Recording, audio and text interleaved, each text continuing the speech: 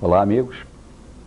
Hoje o programa Capital Mística vai entrar num tema bastante polêmico, mas que faz parte da filosofia do programa, que vamos recordar para vocês qual é desmistificar o oculto, o místico, o sobrenatural, o misterioso.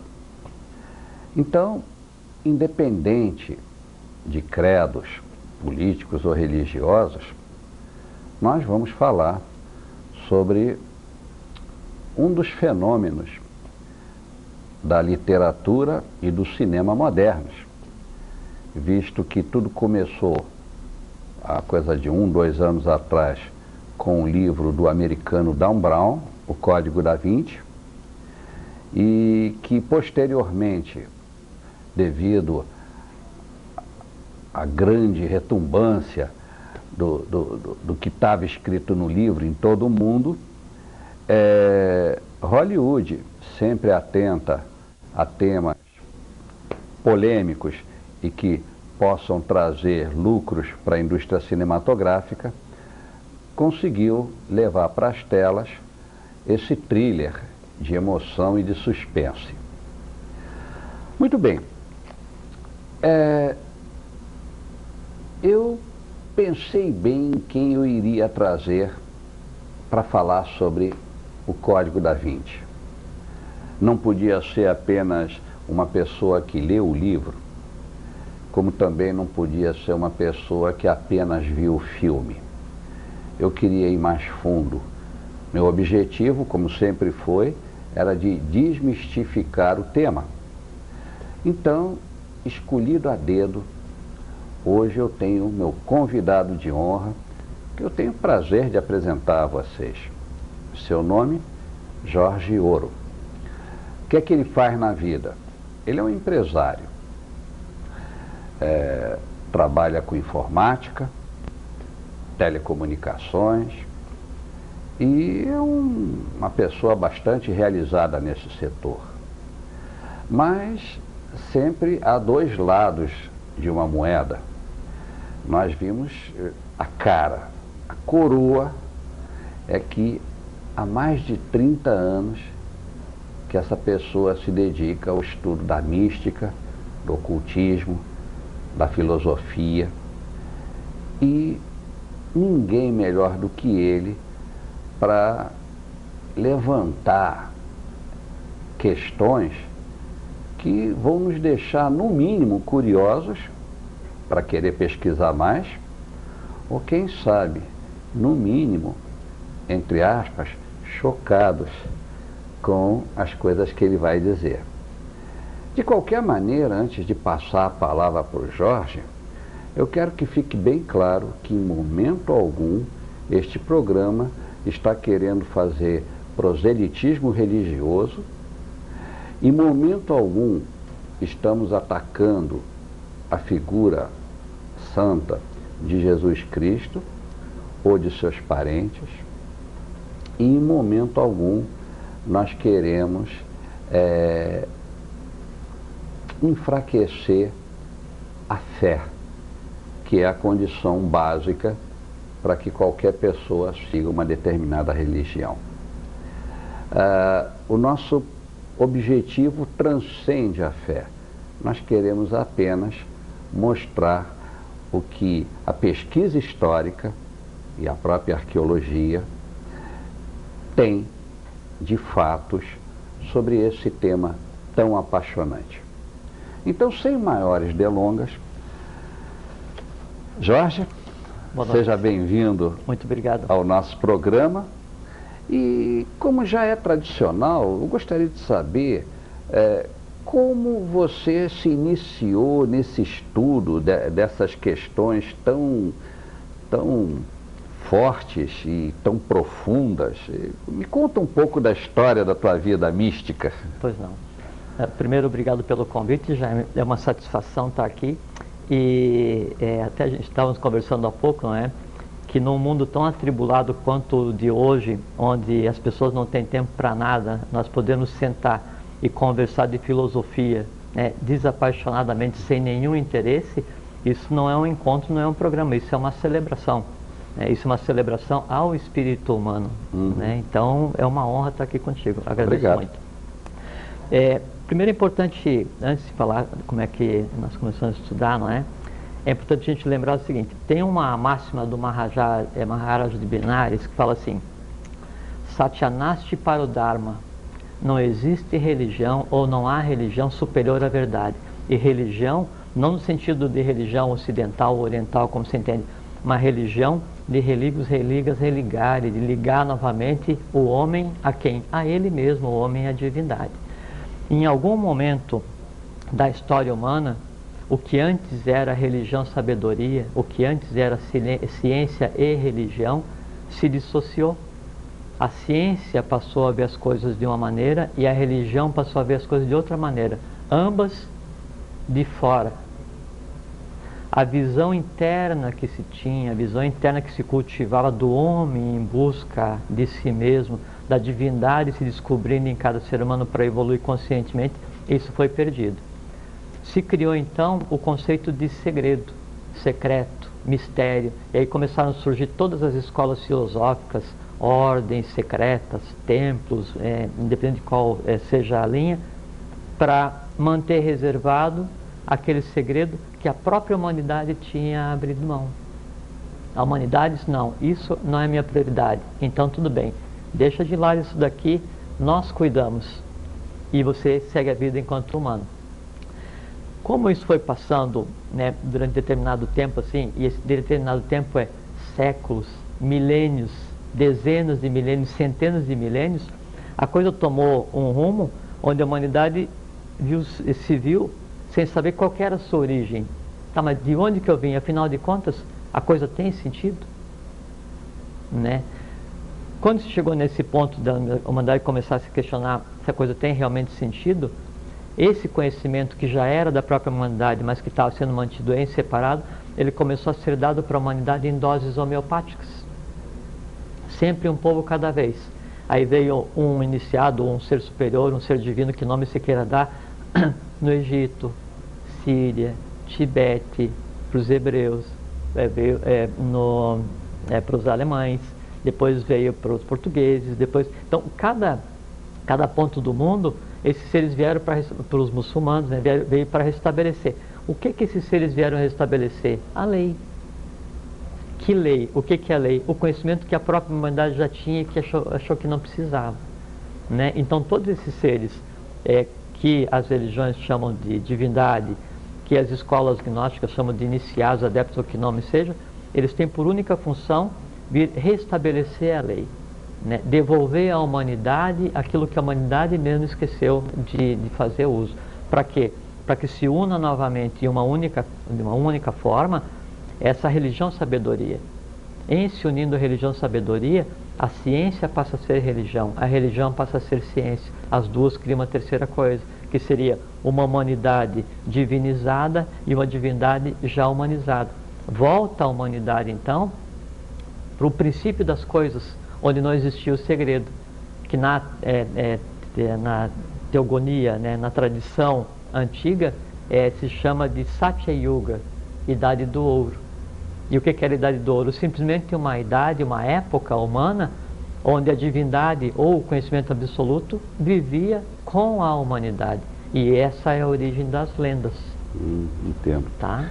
E voltando àquela pergunta que eu te fiz, de onde veio o teu interesse por todos esses temas tão místicos, ocultos e interessantes, sem dúvida alguma, e principalmente polêmicos? Como é que foi que você começou? Assim, é uma pergunta interessante, né? Talvez essa busca de cada um de nós, ela comece já no berço. O que difere é quanto tempo eu vou demorar para resistir, né? Vou deixar de resistir para seguir o caminho que é o meu caminho. No meu caso, por volta de 13 para 14, 15 anos, já era uma coisa que me interessava muito. E aí, então comecei a estudar vários assuntos, né? E fazendo o caminho de qualquer pessoa, como qualquer um. Eu fui tentando várias escolas, vários níveis de conhecimento, vários livros, várias culturas, para ver qual que se adaptava, qual que era aquela peça que se encaixava, que era o meu lugar, né? Porque diz assim, tem um adágio que fala assim, o tolo fala, eu sei. O sábio diz, assim eu aprendi. E o mestre diz, assim diz a lei. Então, quanto mais a gente procura, mais a gente sabe que não sabe. E o fato de descobrir que não sabe é a grande procura. Sem dúvida. Meus amigos, vai ser quente esse programa. Nós vamos para os nossos comerciais e vamos voltar com muitas novidades. Não saiam daí. Se vocês saírem, garanto que vocês vão se arrepender mais tarde. Até já. Muito bem, estamos de volta. E no bloco anterior, eu tive a oportunidade de apresentar a vocês o nosso convidado, Jorge Ouro, que está presente aqui nos nossos estudos para falar sobre o polêmico livro de Dan Brown, O Código da Vinci. E eu perguntei para ele como é que ele tinha começado nesse caminho da mística, do ocultismo, e aí é que eu descobri uma característica que eu não conhecia do Jorge, porque na realidade eu tenho que admitir a vocês que eu conheci o Jorge há poucos momentos atrás, quando ele se apresentou aqui no estúdio para fazer a entrevista comigo. E eu agora me dou conta que ele tem uma característica de modéstia a todo vapor. Então ele enrolou e acabou não me dando aquela resposta que eu queria. Mas tudo bem, nós temos que respeitar a privacidade do Jorge. Mas eu, na qualidade de entrevistador, entre aspas, quase um repórter do místico, eu sou obrigado a, de vez em quando, puxar aí a brasa para a sardinha dos telespectadores que naturalmente estão curiosos para saber um pouco mais sobre o Jorge. E se vocês observarem, no peito do Jorge, eu notei, vocês devem estar notando também, há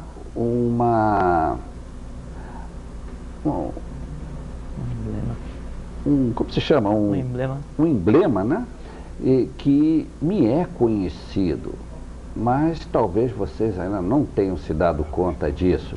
É uma flor de lis. E como não há efeito sem causa, lá vou eu dar uma de curioso aqui. Jorge, que flor é essa que você está usando aí no peito? Bom, no processo da troca iniciática, da troca de informação, a verdade absoluta é o seguinte: jamais uma pergunta pode ficar sem resposta. Com certeza, por isso que eu estou sendo chato. Não, imagine. Então, a flor de lis, primeiro ela tem sido símbolo que representa todas as monarquias, todas as casas reais, todas aquelas tradições que se dizem divinas. De uma maneira ou de outra, elas usam ou a flor de lis diretamente ou variantes da flor de lis. É porque a flor de lis, ela está ligada diretamente à origem das coisas. Ela está ligada à Shambhala, à Agartha, ao culto de Melquisedeque, aquele que não tem nem princípio nem fim dos dias, nem genealogia. E ela é o símbolo que representa a Ordem do Santo Graal. Então, isso representa que você é um iniciado na Ordem do Santo Graal. Eu sou membro da Ordem do Santo Graal. Muito bem. E qual é o objetivo da Ordem do Santo Graal? A que é que ela se dedica? Muito bem. A Ordem do Santo Graal, a origem da Ordem do Santo Graal, ela remonta à Atlântida. E aí, nesse período, por isso muito procedente o teu convite para a gente conversar sobre o livro Código da Vinci. E então, ela veio seguindo através de várias ordens, desde a Atlântida até hoje, nos nossos dias, trabalhando em função do gênero humano, trabalhando em função da proteção da divindade, aquilo que se atribui ao priorado do Sião no livro, que na verdade não é bem assim, mas a gente já vai conversar em seguida. Durante toda a história do gênero humano, ela esteve a cargo da Ordem do Santo Graal. Em todos os povos onde se manifestou a divindade, sempre a Ordem do Santo Graal esteve ativa. Por exemplo, quando Joshua ben Pandira, se manifestou no povo hebreu, quando ele nasceu, o entorno dele, né, e o antes da vinda dele foi preparado pela ordem dos Nazar, que era uma face externa da ordem do Santo Graal. E aí fala assim, Jesus era de Nazaré, nazareno, né? Mas ele era chamado Nazareno não porque era de Nazaré, mas porque ele pertencia à ordem dos Nazar.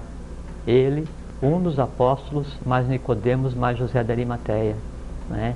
E aí então todos, Buda, Krishna, Orfeu, Osíris, Jesus, Maomé, todos eles sempre vieram custodiados pela ordem do Santo Graal, né? E aí, então, como toda a tradição humana ela apontava para um determinado lugar no mundo, para uma determinada época no mundo, e todas as ordens trabalharam e trabalham hoje. Hoje há centenas e centenas de ordens sérias que não vêm à mídia trabalhando. Há postos representativos em 7 lugares do mundo. As 7 catedrais do Oriente já migraram para as 7 catedrais do Ocidente. O Graal, de verdade, ele passou pelo Oriente e veio para o Ocidente. E nessa migração do Oriente para o Ocidente, o que antes era o Oriente Lux, a luz vem do Oriente, a partir de 1924, se transformou em Ocidente Lux, a luz vem do Ocidente. Então, a Ordem do Santo Graal migrou do Oriente, do Tibete mais especificamente, para a América do Sul, para acompanhar os acontecimentos que estão tendo lugar agora no mundo. Olha, bem interessante, e eu imagino que os telespectadores devem estar surpresos com todas essas informações, porque não é de conhecimento público tudo isso que você está dizendo. Não, agora, me diga uma coisa, pelo que você já falou lá atrás, eu chego à conclusão que a ordem, lógico, tem um lado místico, filosófico, tem uma missão a cumprir. Não entro no mérito, porque na realidade eu não conheço os meandros da Ordem do Santo Grau, mas eu imagino que ela não seja uma religião, não tem nada a ver com religião, independente disso. Agora, ela teria a ver, Jaime, no conceito de religar o homem à sua essência. Ela é uma ordem, não é nem religiosa, nem teúrgica, nem mística, nem filosófica. A Ordem do Santo Grau hoje, ela tem por função desmistificar, conforme você muito bem disse no início, e desmitificar, porque nós estamos em um ponto hoje em que o próprio conceito de segredo, o próprio conceito de mistério, ele se transforma para acompanhar a própria mudança da humanidade. Então a Ordem do Santo Graal, ela ressurge agora para transformar o que antes era oculto, o que antes era secreto, o que foi mantido oculto ao largo da humanidade por centenas e centenas de milhares de anos, em alguma coisa compreensível, com um código de linguagem tal, onde o segredo, o secreto, o oculto, possa fazer parte do dia a dia, meu, teu, de todos nós, do ser humano em geral, porque todo o conhecimento tradicional oculto guardado, ele estava guardado por alguém, mas ele sempre foi propriedade da humanidade. E hoje, então, a gente vai fazer com que esse conhecimento, ele volte à propriedade do seu dono original, que é a humanidade. Certo. Isso significa que a Ordem do Santo Grau eram depositários do segredo, mas depositário não é dono. Exatamente. Nenhuma ordem é dona do conhecimento que ela possui. E também me lembra uma coisa que se diz muito na mística, que realmente você até tinha falado, que hoje ciência e religião estão separadas. Exato. Mas há uma antiga profecia que diz que um dia a ciência e a religião se interlaçarão novamente e serão apenas uma coisa. Exato. A religião será científica e a ciência será religiosa. Porque que sempre a gente diz assim, ciência, religião e política gerindo o destino humano, né? Uhum. As 3 coisas se unem, as 3 gunas da matéria, sattva, rajas e tamas, vermelho, amarelo e azul, se unem com essas 3 tônicas para criar uma única coisa, para tornar possível o retorno à Satyuga, que é aquela idade onde a humanidade era feliz em essência. Né? Esse que é o objetivo das coisas do conhecimento. Então, esperemos que não falte muito para isso ocorrer de novo, porque a coisa está preta aqui, amigo. Ok, vamos então começar o nosso assunto com tudo. Pois não. Código da Vinci. Então, o que é que você pode me dizer sobre o que o Dan Brown apresenta, o que o próprio filme do Código da Vinci apresenta, que eu particularmente é interessante, mas como filme, quem lê o livro, o filme não chega aos pés do livro. Aliás, acho que é sempre assim, né? A gente lê, o livro é muito mais completo, naturalmente. Mas o que é que você me diz desse tema tão controvertido? Pois não. Eu li o livro também, né? O filme eu ainda não vi. E o livro, eu considero o livro um romance, até porque eu tenho condições de avaliar a questão da guarda, do que seria o grau, do que é o grau, esse tipo de coisa que a gente vai conversar agora, né? Mas ele tem um benefício para a humanidade inteira assim, muito grande, que é o seguinte: então foram vendidas mais ou menos 50 milhões de cópias. Então são 50 milhões de pessoas que pelo menos durante algumas horas deixaram de fazer o ciclo comer, dormir, procriar e ver televisão e sentaram para ler alguma coisa que, no mínimo, conforme você também muito bem disse, criou uma dúvida, né? E a dúvida, ela é uma lacuna que tem que ser preenchida pela consciência. Então a busca, né, do solucionar essa dúvida é uma coisa absolutamente salutar para o corpo, para a alma e para o espírito humano. Então, nesse sentido, parabéns para o autor. Com relação ao livro em si, ele não teria gerado tanta polêmica se ele não tivesse sido encarado, como está no livro, que as coisas que estão ali são fatos históricos comprovados, né? Então, há muita coisa de fato histórico, né, que é a questão quando ele pega e analisa as obras de Leonardo da Vinci, cita uma coisa aqui, outra coisa ali, mas, no geral, né, alguns pontos são muito interessantes no livro e esses têm que ser discutidos. Primeiro, a questão como todos que estão assistindo já devem ter lido o livro, já não precisa resumir, né? Então, uma coisa que é levantada ali como primeiro ponto é a questão do papel da mulher dentro da Igreja Católica, né? Isso está colocado muito bem porque o livro afirma que Maria Madalena era casada com Jesus, teve um filho, quando ele foi crucificado, ela fugiu para a Europa, foi para o norte da França, ali teve uma filha, né? Aí não está no livro, mas dizem que foi uma filha de nome Sara, né? E essa filha então se casou com o rei Meroveu, o primeiro dos reis franceses, né? E aí iniciou toda uma dinastia real, uma família francesa real, que veio até os dias de hoje. Não continuou no trono da França porque a dinastia Merovingia foi substituída pelos carolíngios, não é? Uhum. Mas foi protegida pelo priorado de Sião, e hoje ainda então várias famílias reais europeias descenderiam diretamente de Jesus, e que então o priorado de Sião, junto com a Opus Dei, é encarregado de guardar o que seria o segredo absoluto, que é o fato de que, na verdade, o Santo Graal seria o próprio útero de Maria Madalena e o Graal seria a filha dela, que seria a Sara. Isso é o que diz o livro, né? E isso então a gente vai discutir agora cada um desses tópicos. Muito bem. Amigos, vamos discutir isso, mas depois dos comerciais. Vocês não vão embora, não. Fiquem aí, porque agora a discussão vai pegar fogo. Muito bem, amigos telespectadores, estamos de volta entrevistando Jorge Ouro, pesquisador, místico e ocultista, e o tema é o famoso Código da Vinci. Jorge, continue o seu assunto, porque realmente estou muito interessado. Pois não. Eu vou pegar aqui algumas anotações para a gente seguir aqueles tópicos que nós conversamos, né? Então, no bloco anterior, nós enumeramos os pontos principais do livro do Dan Brown, né? A questão da gênese de Jesus com Maria Madalena, a fuga dela para a Europa, o fato do priorado de Sião, né, ter sido criado para proteger a família real lá em 1099, essa coisa toda, né? Bom, então primeiro com relação à questão feminina dentro da igreja. Então, tem vários aspectos, várias literaturas, várias tônicas com relação a isso, que acho que não é o nosso objetivo hoje, né? Mas um indicativo para quem esteja disposto a pesquisar mais a respeito é procurar ler a Bíblia, como livro sagrado, como livro científico que não é? Dentro do princípio de que todos somos livres pensadores e não podemos ter medo de nenhum conhecimento, até para poder confrontar o conhecimento. Então, procurar se instruir sobre a Bíblia, os chamados manuscritos do Mar Morto, os manuscritos que também foram encontrados em Nag Hammadi, em 1945, no Egito, né?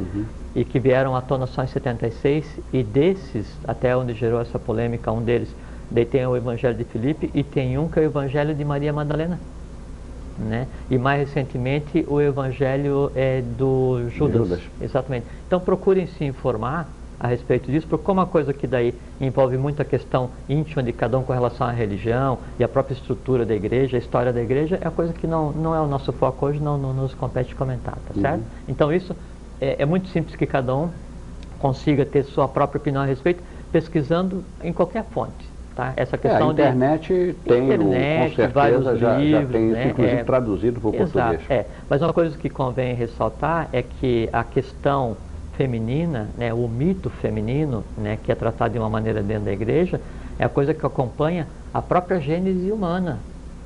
Todas as tradições antigas, né, cultuam e veneram a imagem feminina. Chama-se a deusa, né, e aí ela tem vários nomes de acordo com as tradições. Mas o nome da deusa, o nome da expressão humana do amor divino é Alamirá. A-L-L-A-M-I-R-H-A, Alamirá. Então, Alamirá está presente como equilíbrio, da mesma forma que as forças básicas que permitem que a própria matéria exista, né, e que todo mundo fala que é só Kundalini, uma força, mas não, é Forrat, o verde, e Kundalini, que é vermelho, que por coincidência são as cores da ordem de Maris, que é uma extensão da própria ordem do Santo Grau, que dá a esses seres. Então essa questão da presença feminina na história da igreja, levantada no livro, é muito fácil de levantar, e é bom porque daí cada um tem a sua própria opinião, se entrelaça com esse conhecimento e começa a ver as coisas como elas são. E como é que as coisas são?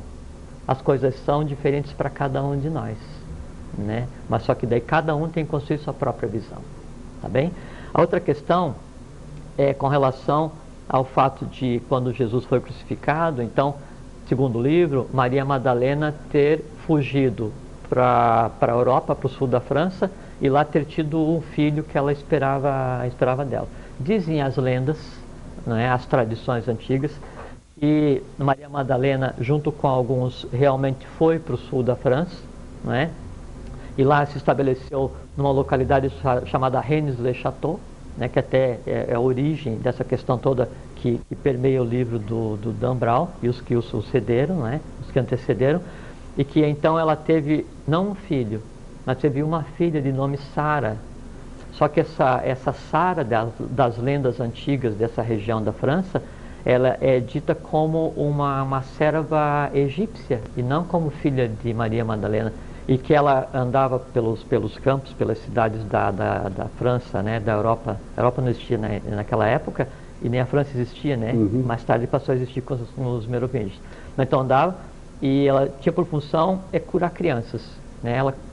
Ela tinha um dom para curar as crianças, só que há poucas referências com relação a ela e ela sumiu tão celeremente quanto apareceu. Os únicos relatos que tem, logicamente na região de Rennes-le-Château, então tem Castelo de Magdala, de Maria Madalena, porque Magdala ela era filha de um abastado comerciante da época, né? E ela tinha uma irmã, quando o pai dela morreu, ela herdou o Castelo de Magdala, de onde o nome dela, Madalena, né? Maria de Magdala, na verdade. Então, na região do sul da França, tem lá Castelo de Magdala, Torre de Magdala, tem toda uma tradição local. Agora, a bem da verdade, então, tudo que se tem de referência sobre a saída dela para a Europa e o fato dela ter parido uma criança e se as crianças seria filho de Jesus ou não, são esses resquícios históricos, esses resíduos históricos, então não comprováveis.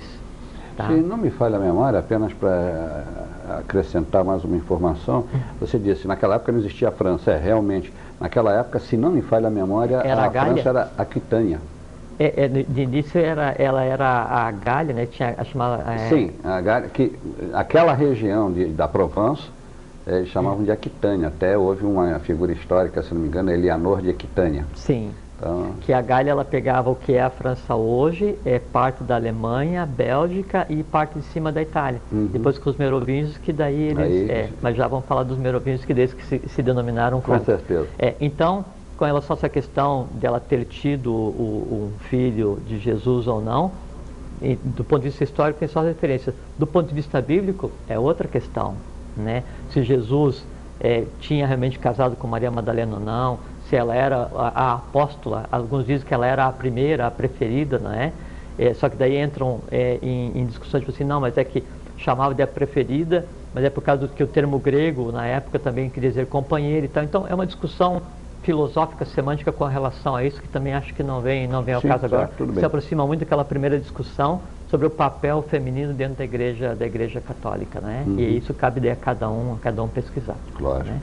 O terceiro ponto que é citado no livro é que aí então essa descendente de Maria Madalena e de Jesus, né? E uma outra coisa que é importante é que então é dito que o Santo Graal, né? Ele seria Madalena. E o Graal em si, quer dizer, o resultado disso seria a filha deles, de sangue real.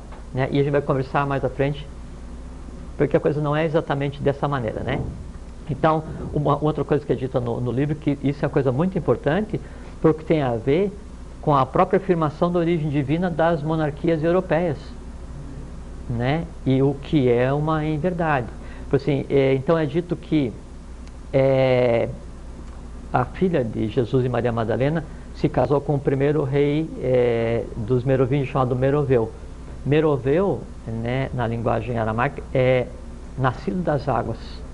Então há uma lenda que diz que uma princesa estava andando na beira do mar, e aí apareceu um ser mítico, metade touro, metade peixe, né, chamado Quinotauro, e aí ele rapta essa princesa, e ela então engravida essa princesa, e dela nasce o primeiro rei merovingio, né, um rei divino, que é o Meroveu. Depois então vem a filha de Maria Madalena e se casa com o Meroveu, e tem a origem da dinastia dos merovingios.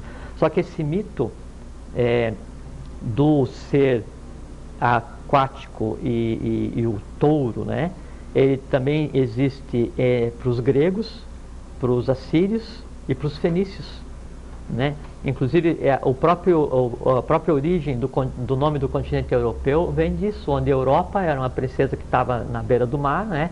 E aí então vem um ser também metade touro, metade peixe, que a rapta e a leva, né? E ela nunca mais aparece, então em função disso se dá o nome ao continente, né, de Europa, que era o nome de uma das filhas de um descendente da própria divindade primeira dos gregos. Entendo. Entende? Uma variante disso é que a Europa era filha de Aégeos, alguma coisa assim, de onde veio o nome do mar Egeu. Né? Então todas as tradições antigas iniciam com a família divina, a primeira família, tendo nascido das águas. Aí isso no conceito lá dos ocidentais, Grécia e Europa. Só que se a gente pegar aqui na América do Sul, né, no altiplano boliviano, Manco Cápac e Mamaoclo são tidos também como tendo saído de dentro das águas. A conclusão que a gente chega é que todos os caminhos levam a Roma, né? Os nomes mudam, mas a situação é a mesma. É a mesma, e isso daí é que está embutido nisso uma tradição atlântica. O salvo das águas são os sábios, né, os reis. Na época que Atlântida fundou em 3 pedaços, eles se dirigiram e fundaram daí a mãe da humanidade atual, que é a Índia, o pai da humanidade atual, que é o Egito, povoaram o Brasil por primeiro, que era parte da Atlântida, etc, etc, mas isso é assunto para uma outra conversa. Bom, olha, em seguida discutimos aí a sequência da questão como é que os merovingios se comportaram enquanto dinastia, né? Bom, meus amigos, eu estou chegando à conclusão de que esse assunto vai longe. Só nos falta um bloco para terminar o programa, e nós nem arranhamos a casca do ovo. Então, olha, não se preocupem, vamos fazer o seguinte, eu me comprometo com vocês. Nós vamos por nossos comerciais agora, nós vamos para o último bloco, e eu prometo que não vai ficar por aí. Nós vamos fazer um outro programa para complementarmos o que não foi dito, porque não vai dar tempo de falar tudo. Ainda nem entramos mesmo no duro, nas principais afirmações do Dan Brown. Estamos assim ainda rodeando o núcleo, né? Então, calma, não se preocupem que se não der tempo, nós vamos para outro programa, porque esse assunto realmente merece. Portanto, aguardem, vamos para os nossos comerciais. Estamos entrevistando Jorge Ouro, estudioso e especialista em assuntos ocultistas e místicos. E o tema da nossa entrevista hoje é o cerne do famoso Código da Vinci. Então, sem maiores delongas, Jorge, a palavra é sua. Então, obrigado. Então, nós no bloco anterior falamos da questão da origem divina dos merovingios, né, que segundo o livro, então, ele teria o Meroveu, o primeiro rei dos merovingios, teria casado com o descendente de Jesus e Madalena, dando origem a uma família real, uma dinastia, né, dos merovingios. Então, na verdade, os merovingios, eles existem antes de Troia, né? Então, o Mero, um dos que comentaram a respeito de Troia, eles falam inclusive que esses antecedentes ajudaram a cercar Troia, né? E Troia se diz, né, não é uma cidade lendária, que ela está situada naquela região de onde se originaram os merovingios. Então, o Meroveu, a dinastia dos merovingios se inicia em mais ou menos 438, 448, por aí, não é? E segundo o Dan Brown, então, depois foi criado a ordem, o Priorado do Sião, em 1099, para dar sustentação a essa família divina, né? Então, vamos acompanhar o que é a gênese dos merovingios. Então, começou com o Meroveu, por volta de 448, e aí evoluiu, e na época era a Gália, né? Aí Roma se expandiu e conquistou toda aquela parte da Gália, e aí depois Clovis I, um rei merovingio, então ele vem e faz um pacto com a igreja romana, que na época precisava de um suporte, e ele empurra o César de volta, né? E conquista aquela região onde é a França hoje, e aí passa então a adotar o nome de francos, né? Então, exatamente nessa época é que se origina o que a gente tem hoje como França. E aí, então, segundo o que diz o Dan Brown, essa era uma família divina, filha de um rei mítico com a filha de Jesus e Madalena. Só que, assim, do ponto de vista de história, a dinastia dos merovingios foi uma das mais furiosas, uma das mais, assim, tinhosas que já existiram na história, na nossa história recente. Então, eu até, me permito, eu quero ler uma parte para vocês aqui, onde fala sobre essa questão dos merovingios. Então, no período de 150 anos, veja como é interessante, de 481 até 630, vejam, de 481 a 630, 150 anos mais ou menos. Então, em 150 anos, naturalmente, deveria ter existido 2 ou 3 reis, cada um vivendo 50, 60 anos, daria 180 anos, 150 por aí mais ou menos, né? Só que nesse período de 150 anos, 40 reis existiram merovingios. Por quê? Porque nesse período, a guerra entre os merovingios, né, era tão grande, né, onde o pai matava a mãe matava o filho matava a mãe, o irmão matava a irmã, o cunhado, não sei o que e tal, dizimavam com uma fúria tão grande, que então em 150 anos, 40 famílias inteiras dos merovingios foram dizimadas, inteiras, né? Então, eu tenho aqui, então, como exemplo dessa ferocidade entre os parentes, né? Então, todos eles morriam muito cedo. Então, Clodoveu foi um dos reis merovingios, morreu com 45 anos, Thierry com 55, Gilberto e Clotário com menos 60, Geriberto com 50, Clotário II a 42, Dagoberto com 36 anos, Sigiberto e Clodoveu, reis também, com 21 anos, Clodoveu II com 15, Gilberto com 28, Dagoberto 16 e Thierry de Cheres aos 22. Então, eles sequer conseguiam chegar à maturidade para exercer o seu direito divino, entre aspas, de governar, e morriam, né? E uma coisa também assim, por conta dessa fúria que existia dentro da própria casta merovingia, os francos na época eram tidos como um povo absolutamente furioso, um povo perigoso, tão perigoso quanto os vândalos, os otomanos e semelhantes. Agora, me diga uma coisa que eu realmente estou ouvindo com bastante atenção e eu não entendi bem. Você me disse que justamente a dinastia merovingia começou a partir de 438, mais 438, ou menos? Mas vem cá, Maria Madalena chegou, digamos, no ano, vamos botar, 33 da era cristã. Uhum. Ela teve uma filha, digamos que a filha dela tenha casado com 20 anos, anos 53, 55 da era cristã, aí ela casou com Meroveu.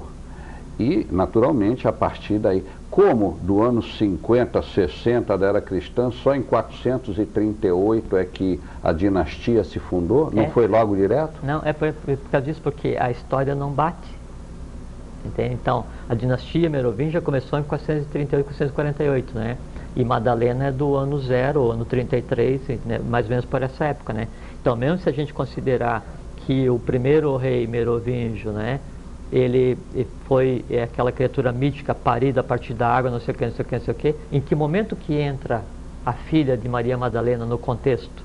Para que então os merovingios sejam reis divinos, descendentes da família de Jesus? Não a não bate. ser que, vamos dizer, eles não tenham sido inseridos pela história, eles eram reis e foram se reproduzindo em várias gerações e tudo, mas só a partir de 438 é que eles foram catalogados pela história. É que antes eles não existiam enquanto dinastia, né? Não existia sequer o termo merovingio, né? Tanto é que o primeiro deles, que é o Meroveu, ele é tido como aparecido em 438, 448. Não poderia ser um... Pode ser o antepassado dele, né? Do 430 até o ano 40 para trás, tivesse então casado com a filha de Jesus. Mas aí vem a questão, também muito pertinente, que é a seguinte: se era uma família divina, e veja que do ano 40 para o 400, então aí são 350 anos. São 6 gerações, né? Como é que uma família descendente direta de Jesus, não é? Em 6 gerações, cai num nível de barbárie tal, né? De quase chegar a se dizimar. E quer ver assim, eu tenho um outro exemplo aqui, então assim, ó, o rei Lotário, um dos reis merovingios, ele teve 4 filhos, né? Sigiberto, Chilperido, Teodoberto e Teodorico. Sigiberto, o primeiro, aí herdou Colônia, que era uma região, né? Ele foi assassinado pelo filho dele. O outro foi envenenado pela mãe, que matou o irmão, que por sua vez matou o sobrinho, que por sua vez matou as filhas, que por sua vez matou o pai, que por sua vez... Então era um mata dentro da família dos merovingios, que era uma coisa assim horrorosa. Então a pergunta fica: como que uma família que descende diretamente de Jesus, né? Jesus, estou usando o termo bíblico, né? Joshua ben Pandira, que era o nome dele, não é? Cai numa barbaridade, primeira coisa. Segundo, se mais tarde o priorado de Sião foi criado, né, para proteger os descendentes dessa família, que descendentes eles foram proteger, né? Porque a família, os merovingios, eles ficaram de tal forma destruídos e degradados por esse período, né, sanguinolento que aconteceu entre esse agora e até a queda dos merovingios e a ascensão dos carolíngios, que não havia o que guardar, né? E outra coisa é assim: será que a lei, né, Deus se preocuparia em criar o priorado do Sião só em 1099 e deixar essa família, que seria a família dele, né, sofrendo isso nesse período? Então tem uma série de incongruências, né? E o objetivo disso é para mostrar, dar argumentos para que vocês pensem a respeito, que então essa afirmação que os merovingios descendem da família de Jesus, ela absolutamente não procede. E digamos, porque são suposições, que realmente fosse assim e alguma coisa ocorreu, eles se deturparam, se contaminaram, vai lá saber o que houve, em termos até morais, palmas para a igreja, que mexeu os pauzinhos para tirar a dinastia merovingia e, através de Carlos Magno, que, se não me falha a memória, foi o primeiro fundador, não foi? Dos carolíngios? Não, ele foi o segundo. O pai do Carlos Magno foi o fundador dos carolíngios. Ah, bom. Então, mas justamente eles deram todo o império para Carlos Magno, a igreja, a própria igreja católica que coroou Carlos Magno como protetor da igreja. E em 496, o Clóvis I, o merovingio, então ele precisava dar suporte à igreja de Roma. Então a igreja de Roma foi e considerou ele, Clóvis I, como rei divino, em troca de unir o Estado e a igreja para expandir. Então daí inicia um processo de expansão, né, da igreja de Roma junto com as dinastias francesas. Meu Deus, olha, se vocês estão curiosos pelo tema e decidirem pesquisar, amigos telespectadores, tem muita coisa. Vocês têm bastante trabalho a partir de agora. E uma coisa só que me permite, é muito importante ressaltar, é que os nossos comentários aqui, então a gente está comentando os fatos à luz da história e do conhecimento esotérico e filosófico. Não representamos a Igreja Católica, nem nenhuma religião, não. E não estamos defendendo e nem atacando o livro. Nós não estamos atacando em absoluto. Exatamente. Inclusive, acabamos de dizer, a Igreja Católica, se isso foi assim, teve razão em mudar. Lógico. Meus amigos, acabou o nosso tempo. Mas, se vocês gostaram do tema, combino com vocês o seguinte: o próximo programa, semana que vem, nós vamos continuar falando. Peço aqui a presença, requisito a presença do meu amigo Jorge Ouro, para nós continuarmos falando sobre isso e tentando colocar em pratos limpos toda essa confusão que o Dan Brown, sem querer ou querendo, ele criou. Portanto, Jorge, de momento, muito obrigado. Obrigado a você. Foi um prazer enorme ter conhecido você, admiro a sua cultura. E, amigos telespectadores, semana que vem, não se esqueçam, temos um encontro marcado e o assunto é muito interessante e palpitante. Uma ótima semana. Vão pesquisando, vão lendo para vocês acompanharem melhor o que vai ser dito no próximo programa. Meu cordial abraço e tudo de bom para vocês. Boa noite.